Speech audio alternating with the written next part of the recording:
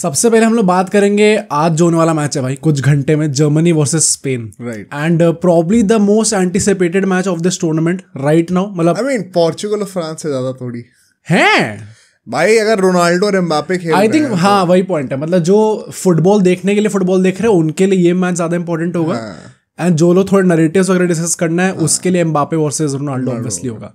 But I think on paper जो सबसे excited match देखने वाला है वो प्रॉब्ली यही होगा, हाँ, क्योंकि so far the two best teams in this tournament have been अपना जर्मनी वर्सेस स्पेन।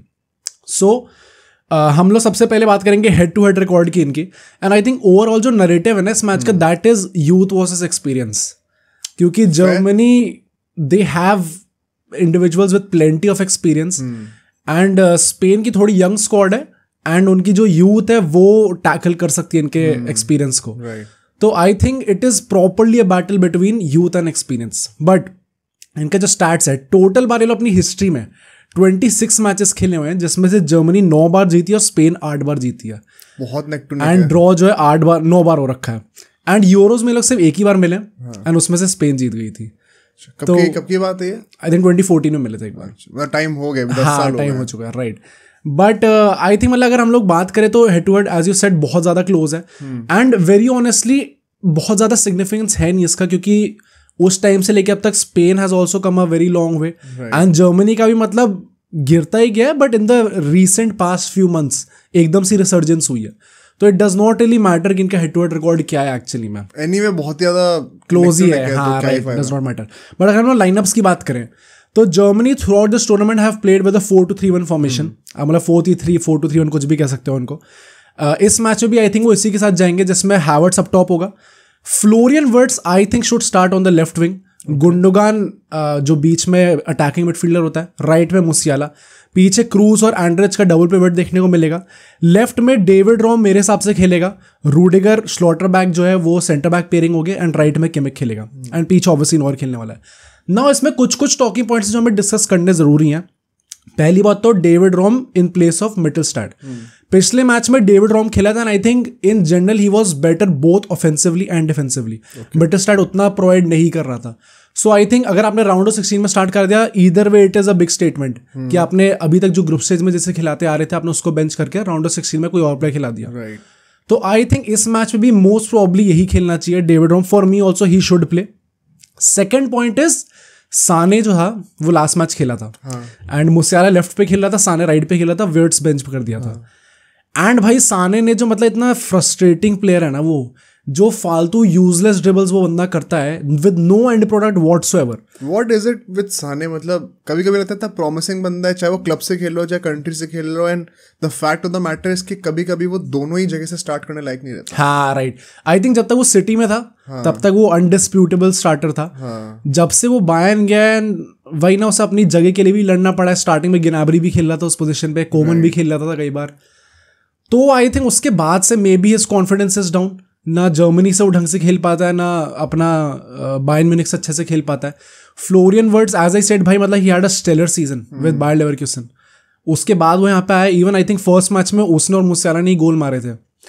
तो उसके बाद आई थिंक थोड़ा हार्श था उसको ना स्टार्ट कराना। मतलब आई गेट कि साने थोड़ा एक वो डायरेक्टनेस लेके आता है गेम के अंदर, बट अगर वो एंड प्रोडक्ट में नहीं कन्वर्ट हो रहा तो व्हाट्स द पॉइंट एग्जैक्टली। तो आई थिंक मेरे लिए वर्ट्स स्टार्ट करेगा यहाँ पे।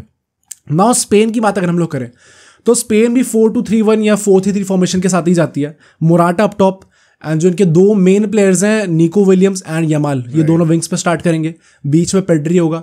जो डबल पिवट है वो हमें रॉड्री और फाबियन रुइस का देखने को मिलेगा अगेन। एंड पीछे Cucurella as the left back, Laporte और ले नॉर्मन की जो सेंटर बैक पेयरिंग देखने को मिलेगी, एंड राइट में कार्वाल देखने को मिलेगा, एंड पीछे ऑफ कोर्स उनाई सिमोन। कोई चेंजिंग नहीं ऐसा। आई थिंक यहाँ पे चेंज करना भी नहीं चाहिए, जो चल रहा है उसको। हाँ मतलब don't fix something that is not broken. By far the best team in this tournament. कुछ भी चेंज करने की जरूरत नहीं है इस टाइम पे। लिटरली कॉन्फिडेंस के साथ जाओ। वैसे भी आई थिंक समटाइम्स ना जब यूथ होती है तो मतलब वो दो तरीके से काम कर सकते हैं। या तो एक्सपीरियंस देख के लोग थोड़ा वो हो जाए कि भाई यार इनके से कैसे कॉम्पीट करेंगे, या फिर कई बार मतलब जब वो जवान बच्चे आते हैं तो उनको लगता है भाई इनको तो पेल ही देंगे। ये तो कभी नहीं होता भाई। नहीं भाई मतलब आई थिंक होता नहीं है कई बार कि मतलब आप अपने से किसी बड़े के साथ खेल रहे हो एंड आपको लग रहा है भाई इनको तो हराएंगे, वो फायर ज्यादा होती है, मोटिवेशन होता है, बट ये जो तुमने इतना कैजुअली कह दिया इतना तो नहीं होता मेरे ख्याल से। बट आई थिंक यहाँ पे काम कर सकता है एंड इसी फॉर्मेशन के साथ जाना चाहिए। स्पेन के लिए मोस्ट प्रॉब्ली हम लोग इस जितने भी प्रीव्यूज करने हैं, जितनी भी टीम्स इन्वॉल्व हैं, मतलब 3 का हम लोग यूरोज में करें तो बेसिकली 6 टीम्स इन्वॉल्व हैं, तो स्विट्जरलैंड के बाद सबसे कम बात हम लोग यहाँ पे स्पेन की करने वाले हैं, क्योंकि स्पेन में like generally you don't have to change anything, हाँ everything is sorted.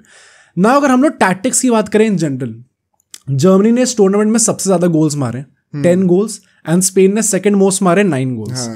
The surprising stat is कि इस टूर्नामेंट में Germany has held more possession than Spain on an average. Germany का 65% रहा है, स्पेन का 59% रहा है। You could also argue कि Spain had tougher opponents in the group stage. Exactly. इन लोगों ने क्रोएशिया, इटली ऐसा फेस करे, Germany did not have to face these opponents, so इसलिए भी हो सकता है कि ये कम हो।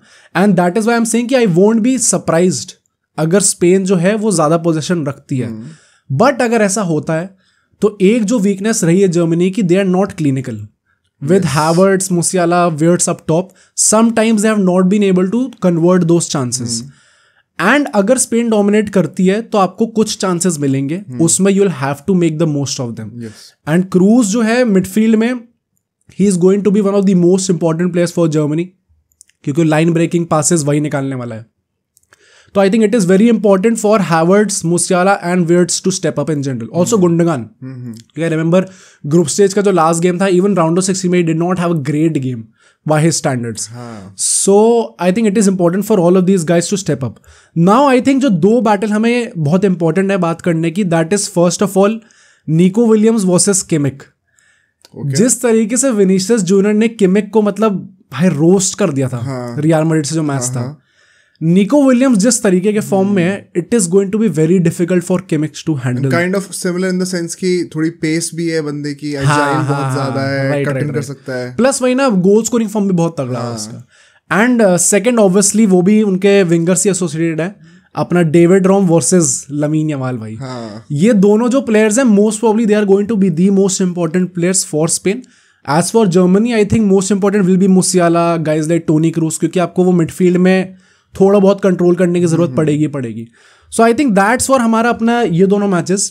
एंड मैं ये बात बता दूं कि स्पेन जो है वो हमने ना काफी मैचेस में डिस्कस करा है कि अगर जर्मनी की मिडफील्ड जो है वो स्ट्रांग है तो स्पेन इसको कैसे कॉन्कर कर सकती है बाय न्यूमेरिकल सुपीरियरिटी।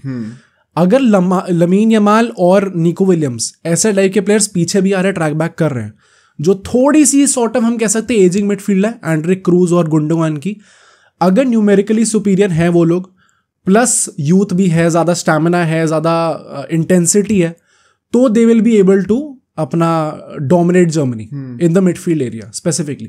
तो I think that is going to be the key. But without saying anything else, what do you think is going to be? मैं तो अभी भी स्पेन को ही बैक कर रहा हूँ।